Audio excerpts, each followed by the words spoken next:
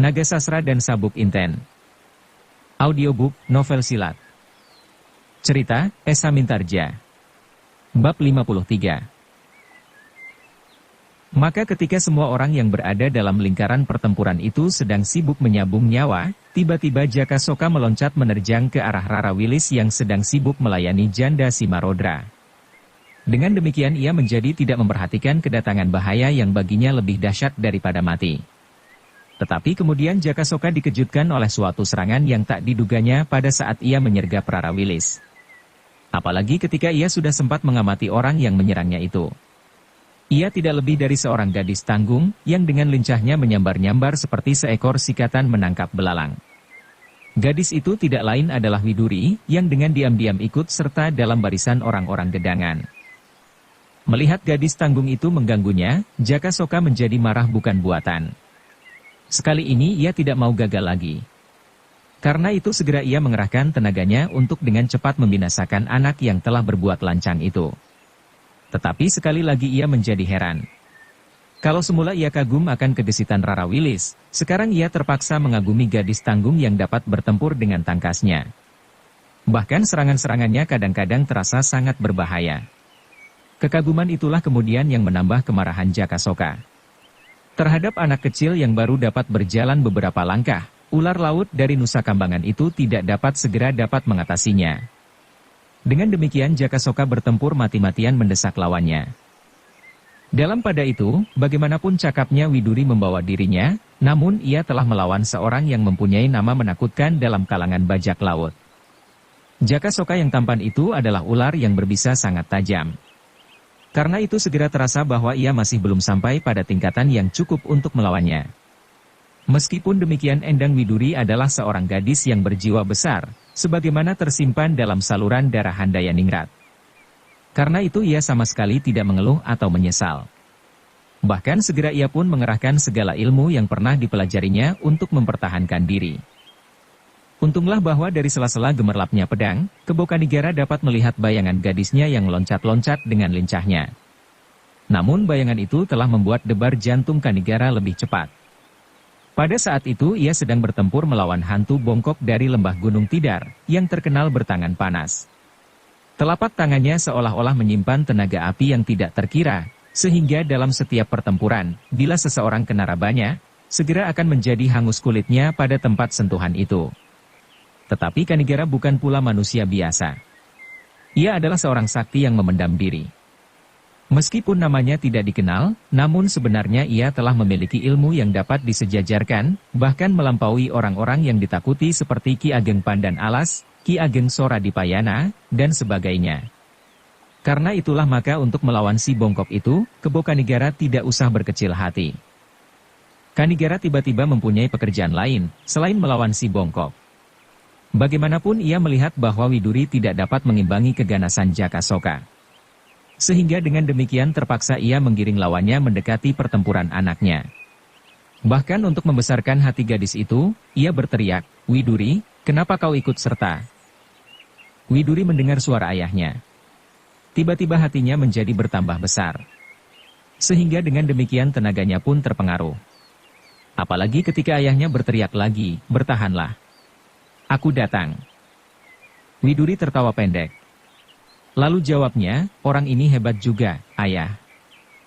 Kebo Kanigara tidak menjawab.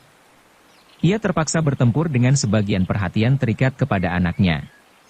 Bahkan sesekali ia terpaksa melontarkan diri untuk memberinya pertolongan. Kalau saja ia tidak berbuat demikian, maka ia perlahan-lahan namun pasti akan segera dapat mendesak lawannya. Tetapi karena ia terpaksa membagi tenaganya, maka Bugel Kaliki masih dengan segarnya dapat bertempur melawan orang yang sama sekali belum dikenalnya itu, tetapi ternyata sangat mengejutkannya. Ia merasa bahwa di dunia ini hanya orang-orang tertentu saja yang dapat mengimbangi kesaktiannya. Namun tiba-tiba muncullah orang ini. Apalagi orang ini dapat melawannya dengan membagi tenaga. Karena itu ia menjadi marah. Bugel Kaliki yang terkenal bertenaga api itu segera berusaha sekuat tenaga untuk dapat memenangkan pertempuran. Namun bagaimanapun, kemudian ia terpaksa mengakui kedahsyatan tenaga Kebo Kanigara. Sehingga dengan demikian Bugel Kaliki harus lebih berhati-hati lagi. Di titik yang lain, tampaklah Mahesa Jenar bertempur melawan harimau liar dari Lodaya yang menyerangnya dengan garang. Orang tua yang berkerudung kulit harimau hitam itu mula-mula merasa bahwa dalam waktu yang pendek dapat menyelesaikan pekerjaannya. Sebab ia merasa bahwa Mahesa Jenar berdua dengan Gajah Sora, bahkan dengan sepasang keris naga sasra dan sabuk inten, tak dapat mengalahkannya. Malahan seandainya pada saat itu tidak datang titis anganten, Mahesa Jenar pasti sudah binasa. Tetapi ternyata harimau liar itu menghadapi suatu kenyataan lain. Mahesa Jenar yang bertempur pada saat itu ternyata bukanlah Mahesa Jenar beberapa tahun yang lampau. Ilmunya kini telah meningkat jauh dibanding masa-masa itu. Karena itu, ia pun menjadi marah bukan kepalang. Dengan menggeram dahsyat ia menerkam Mahesa Jenar dengan garangnya. Namun Mahesa Jenar kini telah benar-benar merupakan seorang yang luar biasa. Bahkan orang yang pernah melihat cara almarhum gurunya bertempur, pasti akan berkata di dalam hati, Mahesa Jenar benar-benar telah merupakan bayangan yang tepat dari Ki Ageng Pengging Sepuh. Karena itulah Simarodra menjadi keheran-heranan. Apalagi ketika ternyata bahwa Mahesa Jenar dapat mendesaknya dengan tajamnya. Demikianlah, pertempuran itu berkobar-kobar dengan dahsyatnya. Debu putih mengepul naik ke udara seperti tirai kabut yang tebal. Sedangkan matahari semakin lama menjadi semakin tinggi, membawa wajahnya yang lesu menempuh garis edarnya. Garis yang telah dilaluinya setiap hari. Sekali bergeser ke utara, sekali bergeser ke selatan. Demikianlah telah berlangsung dari tahun ke tahun, puluhan bahkan ratusan dan ribuan tahun telah berjalan tanpa suatu perubahan. Dan dalam waktu yang demikian panjangnya itu telah disaksikan segala macam kejadian di permukaan bumi ini. Telah disaksikan segala macam musim. Musim bunga, musim buah, musim hujan dan musim kering. Telah disaksikan pula berbagai tabiat manusia. Sedih gembiranya, senyum tangisnya. Bahkan tabiat-tabiat mereka yang aneh-aneh. Bertempur sesama manusia, membunuh dan memfitnah. Bahkan kadang-kadang mereka berkelahi tanpa sebab dan tanpa pengetahuan untuk apa sebenarnya mereka harus berkelahi. Selain pemanjaan nafsu kebinatangan yang kadang-kadang menguasai mereka yang seharusnya memiliki tingkatan yang lebih tinggi daripada binatang. Bahkan ada di antara manusia yang menjadi lupa pada asal mula dan hari akhirnya. Lupa kepada Tuhan penciptanya yang menyediakan segala kebutuhannya, tetapi yang kelak menuntut suatu pertanggungjawaban pada masa-masa hidupnya bila masa peradilan telah tiba. Lupa pada panasnya api neraka yang abadi yang akan menelannya, serta lupa kepada janji kesejahteraan abadi bagi mereka yang berjalan sepanjang garis kebenaran serta kebaktian. Demikianlah pertempuran yang terjadi di lembah antara bukit-bukit kecil itu semakin lama menjadi semakin dahsyat. Gemerincing senjata di antara sorak-sorai laskar dari kedua pihak, kini diselingi pekik kesakitan dan rintihan pedih. Dari tubuh-tubuh yang sedang bergulat di antara maut itu, tampak menetes keringat dan darah. Mahesa Jenar dan Kebokanigara menjadi prihatin melihat pertempuran itu. Karena itu mereka berjuang semakin gigih. Kadang-kadang terdengar suara Mahesa Jenar berteriak memberi aba-aba yang agaknya sangat menguntungkan Laskar Gedangan. Sebagaimana yang dinasihatkan Mahesa Jenar bahwa seharusnya mereka lebih mementingkan kerjasama yang erat daripada bertempur seorang demi seorang. Dengan demikian mereka tidak perlu harus terikat kepada satu lawan, kecuali orang-orang tertentu seperti Mahesa Jenar sendiri. Laskar Gedangan juga telah dilatih untuk mempergunakan otak dalam saat-saat tertentu, sehingga dengan demikian mereka tidak akan kehilangan akal. Karena itulah, di samping jumlah yang memang lebih banyak, ketika matahari telah menanjak tinggi, tampaklah bahwa Laskar Gedangan berhasil mendesak lawan mereka. Simarodra tua dan Bugel Kaliki yang merasa sakti tanpa tanding, terpaksa harus mengakui bahwa dunia ini terbentang sedemikian luas, sehingga tidak seluruhnya dapat dijajakinya. Oleh kenyataan itu, berbesar hatilah seluruh laskar dari Gedangan. Semakin lama mereka bertempur, semakin segarlah tubuh mereka oleh kemenangan demi kemenangan yang mereka peroleh. Sehingga ketika matahari telah condong ke barat, titik pertempuran itu telah jauh bergeser. Namun orang-orang Pamingit dan Gunung Tidar bukan pula orang yang mudah berputus asa. Karena gelar mereka ternyata tidak menguntungkan, kemudian terdengarlah jerit galunggung di antara derak gempuran senjata memberi aba-aba. Demikian dahsyatnya teriakan itu sehingga dapat didengar oleh semua telinga di medan pertempuran itu. Demikian suara galunggung berhenti, berubahlah tata barisan orang-orang Pamingit dan Gunung Tidar. Mereka mengubah gelar di Radameta yang hampir rusak, dengan gelar Gelatik Neba. Dengan demikian pertempuran itu seolah-olah menjadi kacau balau. Orang-orang Pamingit dan Gunung Tidar secara perseorangan menyusup ke dalam barisan gedangan. Namun hal yang demikian telah mereka duga sebelumnya. Sebab Mahesa Jenar pun pernah memberikan beberapa petunjuk bagaimana seharusnya melawan gelar itu.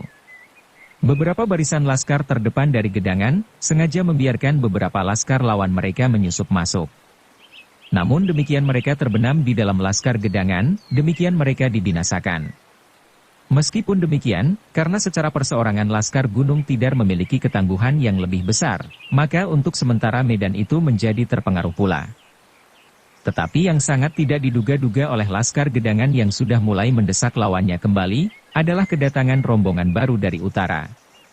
Meskipun rombongan itu tidak besar, namun agaknya memiliki kekuatan yang cukup pula.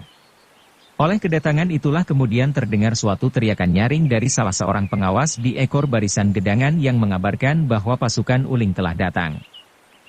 Mendengar teriakan di ekor barisannya, dada Mahesa Jenar berdesir. Yang dicemaskan selama ini ternyata benar-benar terjadi. Mau tidak mau rombongan yang masih segar yang baru datang itu akan banyak sekali berpengaruh pada pertempuran itu. Meskipun demikian, hal yang serupa itu memang sudah disiapkan oleh Mahesa Jenar. Karena itulah ia mempergunakan gelar Supit Urang. Sehingga beberapa bagian, yang merupakan ekor dan kaki belakang gelarnya dapat dipergunakan untuk melawan pasukan yang datang dari samping, maupun dari belakang. Kebo Kanigara pun melihat kesulitan yang bakal datang. Maka baginya tidak ada jalan lain daripada menyelesaikan pertempuran itu secepatnya. Namun bagaimanapun juga, karena ia terikat pula pada anaknya, sehingga geraknya tidak penuh leluasa. Rombongan Uling dari Rawapening itu langsung dibawa oleh para pemimpinnya mendekati medan. Untuk beberapa saat sepasang Uling itu berdiri mengawasi pertempuran yang masih menyala-nyala dengan hebatnya. Uling Putih dan Uling Kuning itu pun adalah orang-orang yang telah lama berada dalam dunia yang penuh dengan pertumpahan darah. Sehingga dengan demikian wawasannya mengenai pertempuran itu pun mengandung beberapa ketepatan hitungan. Ia memang melihat bahwa laskar gedangan pada saat itu dapat mendesak lawannya. Tetapi kemenangan itu adalah kemenangan yang tipis dan sangat perlahan-lahan. Dengan demikian maka sepasang Uling itu tidak mau membiarkan keadaan yang demikian itu berlangsung lebih lama lagi. Karena itulah maka mereka memutuskan untuk segera menerjunkan laskarnya ke dalam arena, sebelum laskar dari Pamingit dan Gunung Tidar menjadi semakin tipis. Demikianlah kedua bersaudara Uling yang ganas itu membagi laskarnya menjadi dua bagian, yang masing-masing dipimpin sendiri oleh dua bersaudara. Seorang membawa pasukannya ke kanan dan seorang lagi ke kiri, untuk seterusnya menyerang pasukan gedangan dari belakang. Dada Mahesa Jenar menjadi bertambah berdebar-debar melihat cara laskar Uling itu menyerang. Karena itu segera ia pun memberikan beberapa aba-aba untuk pasukannya, supaya dapat setidak-tidaknya membendung arus yang melanda dari belakang itu. Sedang Mahesa Jenar sendiri segera mengerahkan segala kekuatannya untuk dapat mengalahkan lawannya. Demikianlah ketika Mahesa Jenar dan Simarodra telah bertempur semakin dahsyat, mereka masing-masing telah dapat mengukur bahwa kali ini tenaga mereka berimbang sehingga untuk seterusnya mereka harus mempergunakan kelincahan dan kecakapan mereka membawa diri masing-masing untuk memenangkan pertempuran itu. Di bagian lain, di bagian belakang gelar Supit Urang itu, telah terjadi pertempuran yang dahsyat pula. Sepasang Uling itu ternyata tidak menemukan lawan yang seimbang. Sehingga dengan demikian ia seolah-olah dapat leluasa berbuat sekehendak mereka sendiri. Namun demikian beberapa orang gedangan yang gagah berani telah berusaha untuk mencegah sekuat-sekuatnya. Mereka bertempur bersama-sama menghadapi kekuatan Uling yang seakan-akan melampaui batas kekuatan manusia biasa. Meskipun demikian terasalah bahwa kekuatan laskar gedangan sekarang benar-benar berada di bawah kekuatan lawannya. Pasukan Uling dari Rawapening yang datang tepat pada saatnya itu telah menolong pasukan Pamingit dan Gunung Tidar yang telah terdesak menuju ke jurang kehancuran. Bahkan sekarang agaknya pasukan gedanganlah yang terdesak dari dua arah.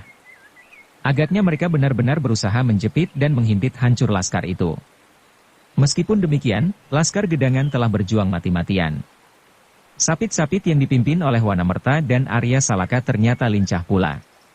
Mereka yang berada di luar himpitan pasukan lawan, agaknya banyak dapat memberikan pertolongan. Dengan bergeser-geser cepat mereka dapat mengganggu pasukan-pasukan Pamingit serta rombongan-rombongan yang lain. Namun bagaimanapun juga, kemampuan mereka terbatas. Sebagai manusia mereka tidak dapat berbuat lain, di luar batas-batas yang mungkin. Bagaimanapun tebalnya tekad mereka, namun ternyata lawan mereka benar-benar memiliki kelebihan yang tak dapat mereka atasi. Karena kenyataan itu maka Mahesa Jenar dan Kanigara beserta para pemimpin gedangan menjadi semakin prihatin. Mereka memutar otak untuk menemukan cara, setidak-tidaknya untuk mempertahankan diri mereka supaya tidak tergilas hancur. Sedangkan mereka sendiri telah berjuang mati-matian untuk dapat menyelamatkan laskar mereka. Tetapi keadaan berjalan tidak seperti yang mereka kehendaki. Laskar-laskar liar beserta laskar Pamingit Agatnya telah mencapai suatu kepastian bahwa mereka akan dapat memenangkan pertempuran itu. Hal ini terutama disebabkan karena jumlah pimpinan mereka yang lebih banyak. Uling putih dan uling kuning benar-benar seperti merajai daerah pertempurannya. Meskipun beberapa orang datang bersama-sama melawannya, namun sepasang uling itu dengan mudahnya dapat menyingkirkan mereka seorang demi seorang. Meskipun demikian laskar gedangan bukan laskar yang berhati kecil. Mereka melihat pemimpin-pemimpin mereka bertempur dengan gigihnya. Bahkan mereka melihat seorang gadis tanggung bertempur di pihaknya tanpa mengenal takut melawan seorang yang perkasa, Jakasoka. Dengan demikian mereka merasa bahwa yang dapat mereka lakukan adalah bertempur sampai titik darah penghabisan. Gemerincing senjata masih saja menggema di lembah di antara bukit-bukit kecil itu. Bahkan semakin lama menjadi semakin riuh dibarengi dengan suara-suara yang dahsyat mengerikan. Teriakan-teriakan dan geram yang penuh kemarahan di sela-sela jerit kesakitan yang mengerikan. Ketika pertempuran itu masih berlangsung dengan riuhnya, matahari telah semakin berkisar ke barat menuju garis peristirahatannya. Wajah-wajah pegunungan yang semula berkilat-kilat kini telah berubah menjadi muram, semuram wajah Mahesa Jenar yang sedang bertempur sambil berpikir keras untuk menyelamatkan orang-orangnya. Yang sedikit membesarkan hatinya pada saat itu adalah semangat yang luar biasa dari laskarnya, sehingga menurut perhitungannya ia masih akan dapat bertahan sampai matahari terbenam. Setelah itu pertempuran pasti akan berhenti. Dengan demikian ia akan dapat mencari jalan dengan lebih tenang, bagaimanakah sebaiknya untuk melawan kekuatan yang jauh lebih besar dari kekuatan sendiri itu. Sedangkan apabila perlu demi tegaknya sendi-sendi kemanusiaan, maka tidak berdosalah kiranya apabila terpaksa dilepaskannya aji andalannya, Sasra Birawa. Sesaat kemudian langit telah dibayangi dengan warna merah. Tanah-tanah pegunungan menjadi semakin suram dan kehitam-hitaman. Kedua belah pihak agaknya telah mulai nampak lelah, kecuali laskar yang dibawa oleh sepasang uling dari Rawapening. Meskipun demikian laskar Rawapening itu pun tidak dapat bertempur dengan sepenuh tenaga, sebab cahaya suram dari matahari yang telah jemu berjalan sepanjang hari, telah tidak membantu lagi. Mereka telah menjadi ragu-ragu karena mereka sudah mulai agak sulit membedakan lawan dan kawan. Meskipun demikian, terdorong oleh kemarahan yang memuncak di kedua belah pihak, mereka masih saja bernafsu untuk bertempur. Pada saat yang demikian, pada saat pertempuran itu sudah mulai menurun karena senja yang mengganggu, muncullah di antara mereka suatu bayangan yang mendebarkan hati. Bayangan yang tidak diketahui asal arahnya, serta apa siapanya. Namun apa yang terjadi? Bayangan itu telah berada di tengah-tengah arena pertempuran. Yang lebih mengejutkan lagi, bayangan itu memperdengarkan suaranya yang gemuruh, "Ayo, berjuanglah terus laskar gedangan yang gagah berani. Karena kalian berada di pihak yang benar, aku berada di pihakmu." Setelah itu, tampaklah bayangan itu melontar dengan cepatnya ke sana kemari seperti anak kijang di padang rumput yang hijau segar. Laskar gedangan yang kelelahan, karena tekanan yang berat dari lawannya, mendengar suara itu dengan debaran jantung yang deras. Meskipun tenaga mereka sudah mulai mengendor, namun tiba-tiba mereka seolah-olah mendapat tenaga cadangan. Karena itu jiwa mereka bangkit kembali, dan senjata-senjata mereka menjadi bertambah cepat berputar menyambar-nyambar. Sesaat kemudian kembali terdengar suara bayangan itu, "Mahesa Jenar, lepaskan lawanmu.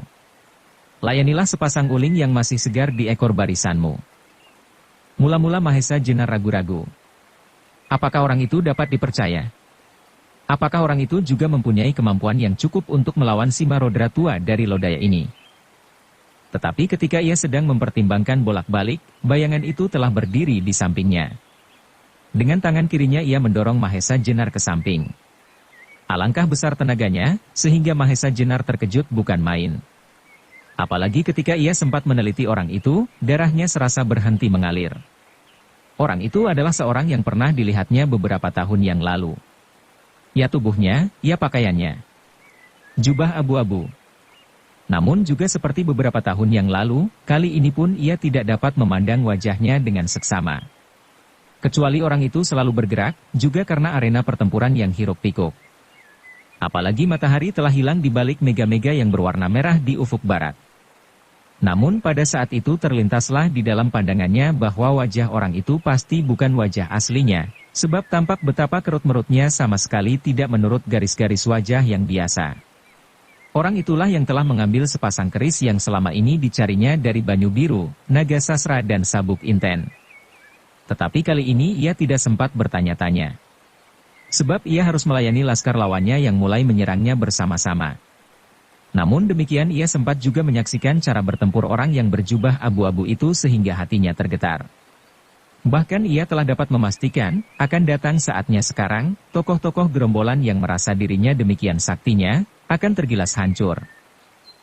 Demikianlah Mahesa Jenar segera mencoba memenuhi anjuran orang yang aneh itu. Dengan cepatnya ia meloncat di antara laskar yang sedang bertempur, menuju ke tempat Uling Kuning. Uling Kuning yang bertempur melawan lebih dari 10 orang ternyata dapat melawan dengan enaknya. Cambuknya berputar-putar mengerikan, menimbulkan suara berdesingan. Bahkan karena cambuk itu pula, beberapa senjata di tangan laskar gedangan telah terlontar jatuh. Pada saat yang demikian itu muncullah Mahesa Jenar.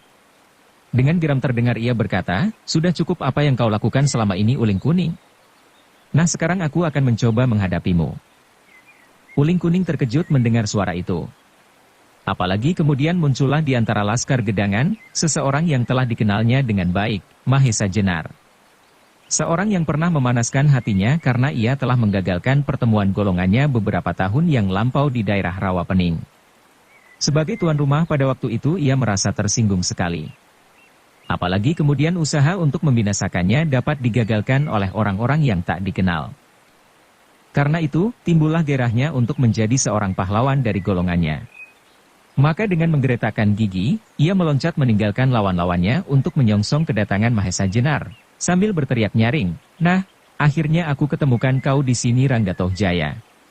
Mudah-mudahan akulah orang yang dapat memenggal lehermu dan membawanya dalam suatu pertemuan yang akan kita selenggarakan kemudian sebagai ganti dari pertemuan yang pernah kau gagalkan dahulu." Mahesa Jenar tidak menjawab. Tetapi langsung ia menyerang lawannya. Serangan yang sama sekali tak terduga-duga oleh Uling Kuning. Karena itulah ia menjadi terkejut. Untunglah bahwa Uling Kuning itu pun telah banyak menelan pahit manisnya pertempuran, sehingga meskipun dengan dada yang berdebar-debar ia berhasil menghindarkan diri. Bahkan karena itu ia menjadi marah bukan kepalang. Diputarnya cambuknya semakin cepat, melampaui kecepatan baling-baling. Yang tampak kemudian hanyalah segulung sinar yang menyambar-nyambar Mahesa Jenar dengan dahsyatnya. Namun Mahesa Jenar sekarang bukanlah Mahesa Jenar yang dapat dijerumuskan oleh orang-orang hitam itu ke dalam jurang beberapa tahun yang lalu. Ia kini telah menguasai ilmunya hampir sempurna. Karena itu sesaat kemudian terasalah bahwa serangan Mahesa Jenar menjadi semakin dahsyat bagaikan badai yang datang bergulung-gulung menghantam daun-daun pepohonan, yang selembar demi selembar akan runtuh berserakan di tanah. Demikianlah akhirnya Uling Kuning menjadi basah kuyup oleh keringat yang mengalir dari lubang-lubang kulit di seluruh tubuhnya. Ia menjadi gugup dan gelisah. Apalagi langit telah menjadi semakin suram. Sehingga akhirnya ia merasa perlu untuk mendapat bantuan dari saudaranya. Sesaat kemudian terdengarlah cambuknya meledak 3 kali berturut-turut, yang segera mendapat jawaban dari arah lain dengan suara yang sama. Segera Mahesa Jenar mengerti bahwa tanda itu adalah sebuah undangan bagi Uling Putih untuk datang membantunya. Dan apa yang diduga adalah benar. Sejenak kemudian dari hiruk-pikuk yang semakin samar-samar muncullah seseorang yang bertubuh tinggi dan berwajah runcing. Sedang di tangan kanannya, digenggamnya sebuah cambuk yang sama dengan cambuk Uling Kuning. Dialah orangnya yang bernama Uling Putih. Dengan serta-merta uling yang satu itu pun langsung menyerang Mahesa Jenar, yang telah bersiaga untuk melawan keduanya. Dengan demikian pertempuran itu menjadi semakin dahsyat. Mahesa Jenar terpaksa mengerahkan segenap kekuatannya untuk melawan kedua bersaudara yang ganas itu.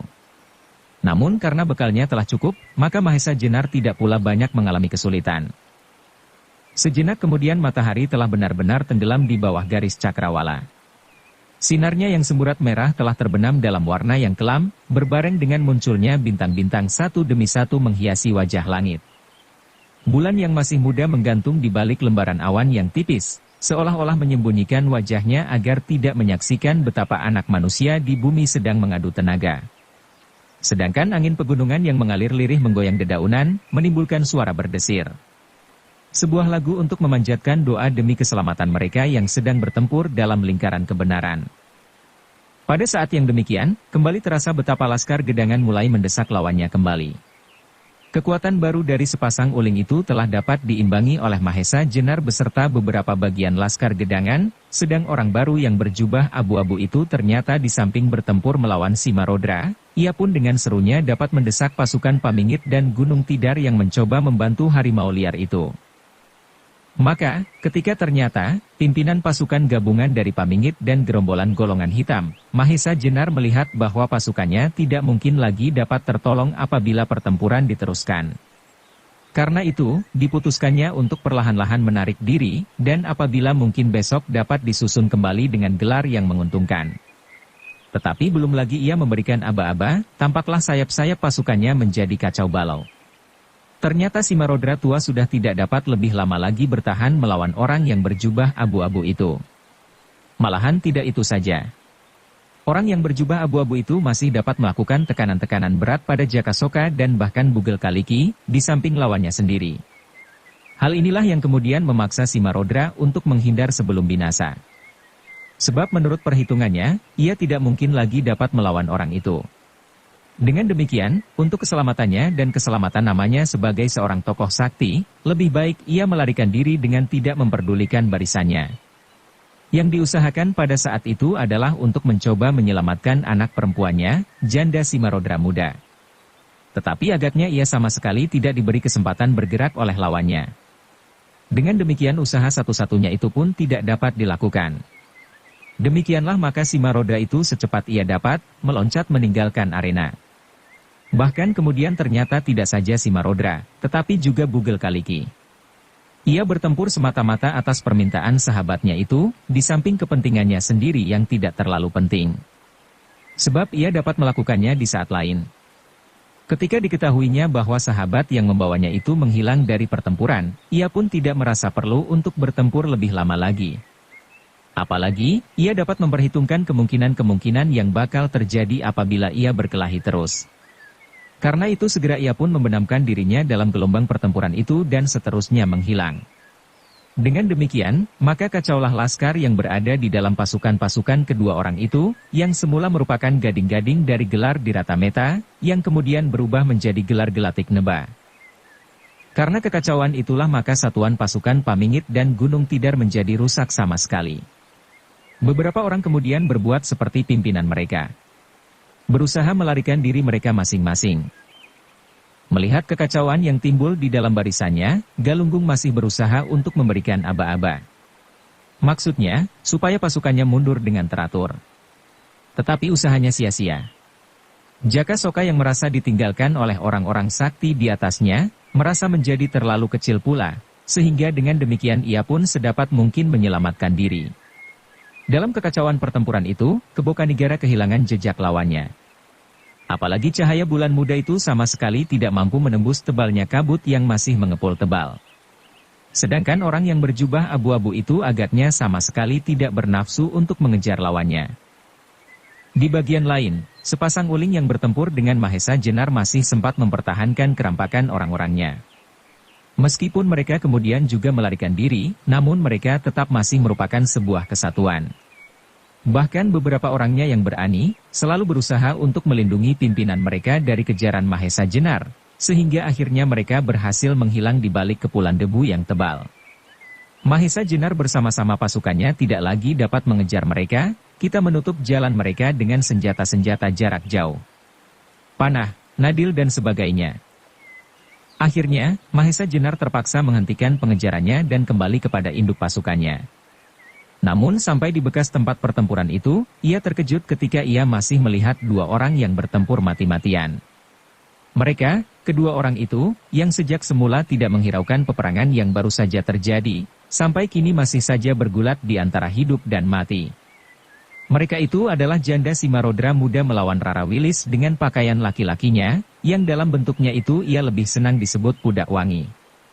Janda Simarodra sebenarnya menyadari pula bahwa pasukan Pamingit dan Gunung Tidar tidak dapat bertahan lebih lama lagi. Bahkan sebenarnya ia pun ingin ikut serta lenyap bersama mereka. Namun agaknya usahanya dapat digagalkan oleh Rara Wilis yang menahannya dengan kata-kata yang dapat menyinggung perasaan perempuan yang ganas itu. Kata Rara Wilis ketika ia melihat harimau betina itu sedang mencari jalan keluar, "Ibu yang baik, jangan hentikan permainan itu. Bukankah sewajarnya kalau seorang ibu mengajari anaknya bermain? Jangan takut orang lain akan turut campur. Persoalan kita adalah persoalan pribadi, sehingga aku tidak mau ada orang lain yang ikut dalam persoalan ini." "Bohong," jawab janda itu, "kau akan menjebak aku." Rara Wilis tertawa menyakitkan hati. Katanya, "Aku bukan jenismu, yang suka berdusta. Kau akan dapat melihat padaku, satunya kata dan perbuatan. Kalau kau memang tidak berani berhadapan dengan cara ini, lebih baik kau berjongkok di bawah telapak kakiku, untuk mohon maaf yang sebesar-besarnya. Dengan senang hati aku akan memaafkanmu." Sebagai seorang yang telah lama terbenam dalam lumpur, janda Simarodra merasa dihinakan oleh seorang gadis yang kebetulan adalah anak tirinya. Karena itu, ia menjadi mata gelap. Ia menjadi sama sekali tidak menaruh perhatian kepada keadaan sekelilingnya.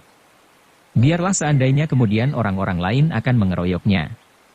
Asal ia lebih dahulu dapat menyobek mulut perempuan yang menghinanya itu. Setelah itu, hidup matinya tidak berharga lagi baginya, seandainya ia harus mati di tengah-tengah musuh-musuhnya.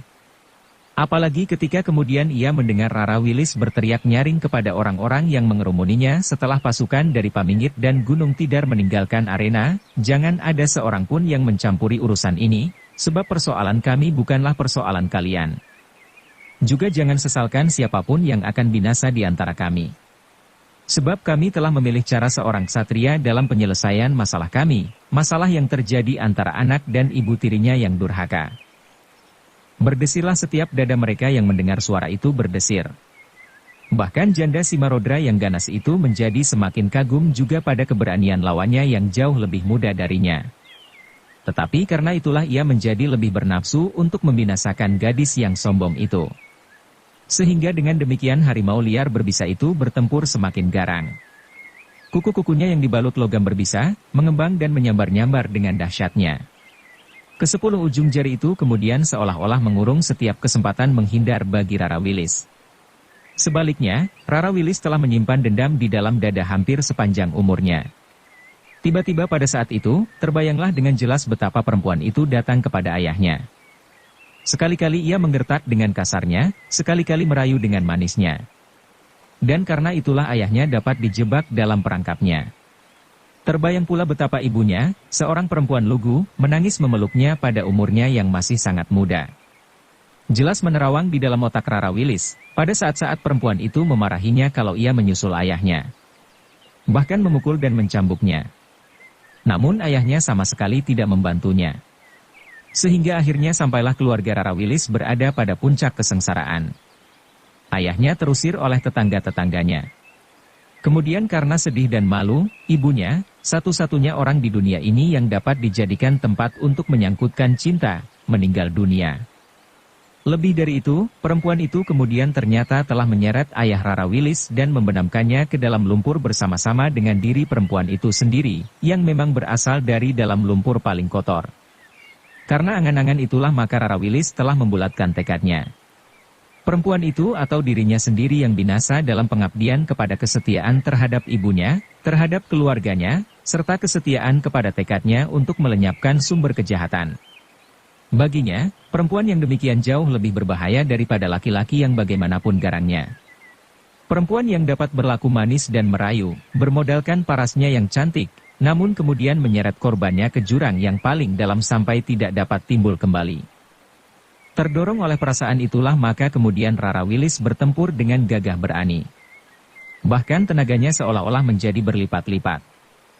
Meskipun demikian, mereka yang menyaksikan, Kebokanigara, Wanamerta, Kemudian menyusul Mahesa Jenar dan orang yang berjubah abu-abu yang berdiri agak jauh beserta seluruh laskar gedangan, terpaksa beberapa kali menahan nafas. Sebab ternyata harimau betina itu benar-benar mempunyai cara bertempur yang berbahaya. Sesekali ia meloncat menerkam dengan garangnya. Tetapi kemudian dengan teguhnya berdiri menanti serangan-serangan lawannya. Demikianlah dalam beberapa saat kemudian tampaklah bahwa harimau betina itu memang lebih berbahaya daripada lawannya yang sama sekali tak bersenjata. Apalagi janda Simarodra selain memiliki senjata-senjata yang melekat di ujung-ujung jarinya yang berjumlah 10, ia memang memiliki pengalaman yang lebih luas. Dengan demikian maka pertempuran itu menjadi kurang adil. Meskipun tampaknya janda itu tidak bersenjata, namun hakikatnya, kuku-kukunya itulah senjata andalannya. Tetapi tak seorang pun berani mencampuri pertempuran itu. Setiap usaha untuk mencampurinya, akan dapat menimbulkan akibat yang kurang baik. Sebab, Rara Wilis akan dapat tersinggung perasaannya, dan merasa direndahkan. Karena itu yang dapat mereka lakukan hanyalah menyaksikan pertempuran yang berlangsung di bawah cahaya bulan yang remang-remang sambil sekali-sekali menahan nafas. Apalagi, ketika mereka telah bertempur lebih lama lagi. Janda Simarodra sudah terlalu biasa melakukan pertempuran-pertempuran kasar dan lama, sedangkan Rara Wilis hampir belum pernah mengalami pertempuran yang sedemikian lamanya. Sehari penuh. Dengan demikian tampaklah bahwa tenaga Rara Wilis menjadi bertambah lemah. Hanya karena kemauannya yang sangat kuatlah yang menjadikannya kuat bertahan. Meskipun demikian terasa pula olehnya, bahwa perempuan liar itu memiliki beberapa kelebihan daripada Wilis. Sehingga sambil bertempur terpaksa Rara Wilis mencari titik-titik kekuatan lawannya. Akhirnya ditemukannya apa yang dicarinya itu. Kelebihan itu terletak pada kuku-kukunya yang sangat berbahaya seperti yang pernah dikatakan oleh Mahesa Jenar. Pada beberapa saat yang lalu ia pernah pula bertempur dengan janda itu, namun kemudian janda Simarodra agaknya telah tekun menambah kekuatannya, sehingga sambaran kuku-kukunya itu menjadi jauh lebih berbahaya. Oleh penemuannya itu, maka terasalah olehnya, bahwa wajarlah kalau ia selalu terdesak oleh lawannya. Sebab dengan mengenakan salut logam di ujung kuku-kukunya itu berarti bahwa ia telah melawan seseorang yang bersenjata dengan tangan hampa. Karena itu, Rara Wilis menjadi tidak ragu-ragu lagi. Dengan gerak yang cepat, sekejap kemudian di tangannya telah tergenggam sehelai pedang yang tipis. Seterusnya dengan lincahnya ia menggerakkan pedang itu melingkar-lingkar membingungkan, dengan ilmu pedang khusus ajaran perguruan Pandan Alas. Janda Simarodra terkejut melihat kilatan pedang itu. Apalagi kemudian disaksikannya ilmu pedang yang sangat berbahaya. Ujung pedang itu nampaknya selalu bergetar membingungkan. Tetapi ia adalah seorang yang berpengalaman melawan hampir segala jenis senjata. Karena itu sesaat kemudian ia telah dapat mengendalikan diri dalam keseimbangan gerak-gerak lawannya. Meskipun demikian, kekuatan Rara Wilis kini bertambah karena tajam pedangnya itu. Dengan demikian ia menjadi semakin garang. Serangan-serangannya menjadi bertambah sengit dan cepat. Karena kilatan sinar bulan, pedang yang diputarnya cepat-cepat itu seolah-olah telah berubah menjadi ribuan mata pedang gemerlapan menusuk dari segenap arah. Dalam keadaan yang demikian, janda Simarodra menjadi semakin gelap mata. Serangan-serangannya menjadi bertambah cepat, namun menjadi semakin kehilangan pengamatan. Apalagi ketika gerakan-gerakan Rara Wilis menjadi semakin mapan, makin terdesaklah janda Simarodra. Akhirnya harimau betina itu menjadi putus asa. Sambil mengaum-nyaring ia menyerang dengan tenaga yang ada padanya. Mahesa Jenar, Kebo Kanigara dan yang lain-lain menjadi terkejut melihat serangan yang ganas itu. Sebab bila Rara Wilis lengah sedikit saja, dadanya pasti dapat dirobek oleh lawannya. Tetapi untunglah bahwa dengan pedang di tangan, Rara Wilis menjadi agak tenang, sehingga pengamatannya atas lawannya menjadi semakin jelas pula. Maka ketika janda Rodra menerkamnya, segera Rara Wilis meloncat ke samping, dan sambil merendahkan diri, tangannya bergerak dengan cepat, sehingga pedang tipis itu terjulur lurus ke depan. Demikianlah ujung pedang tipis itu terasa menyentuh sesuatu dan tanpa sadar pedang itu telah tenggelam ke dada lawannya dibarengi teriakan yang mengerikan. Rara Wilis adalah seorang yang telah menerima ilmu yang cukup banyak.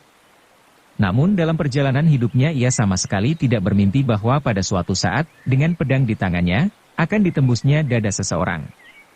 Memang, ia bercita-cita untuk dapat membalas sakit hatinya dengan melenyapkan perempuan yang telah menyeret ayahnya ke dalam lembah kehinaan. Namun, ketika angan-angannya itu kini dapat diwujudkan, dengan membenamkan pedang ke dada perempuan itu, hatinya berguncang keras. Bagaimanapun kehalusan perasaannya sangat terpengaruh karena itu. Apalagi kemudian ketika dilihatnya darah segar menyembur dari luka di dada ibu tirinya. Maka tiba-tiba Rara Willis pun menjerit sambil melompat mundur. Ia tidak sempat menarik pedangnya, karena kedua belah tangannya kemudian menutupi wajahnya. Bahkan sesaat kemudian ia terhuyung-huyung jatuh. Untunglah bahwa Mahesa Jenar dengan cekatan meloncat menangkapnya. Dan ternyata kemudian Rara Willis pingsan. Beberapa orang segera menjadi ribut. Dipijit-pijitnya kening gadis itu oleh Kebo Kanigara. Dan kemudian digerak-gerakannya tangannya setelah pakaiannya dikendorkan. Ternyata tubuh gadis itu telah basah kuyup oleh keringat. Maka atas anjuran beberapa orang, dipapahnya Rara Willis kembali mendahului kepedukuhan, diantar oleh beberapa orang, dengan pesan apabila ada sesuatu yang penting agar diberi tanda-tanda dengan kentongan. Bersambung Kebab 54.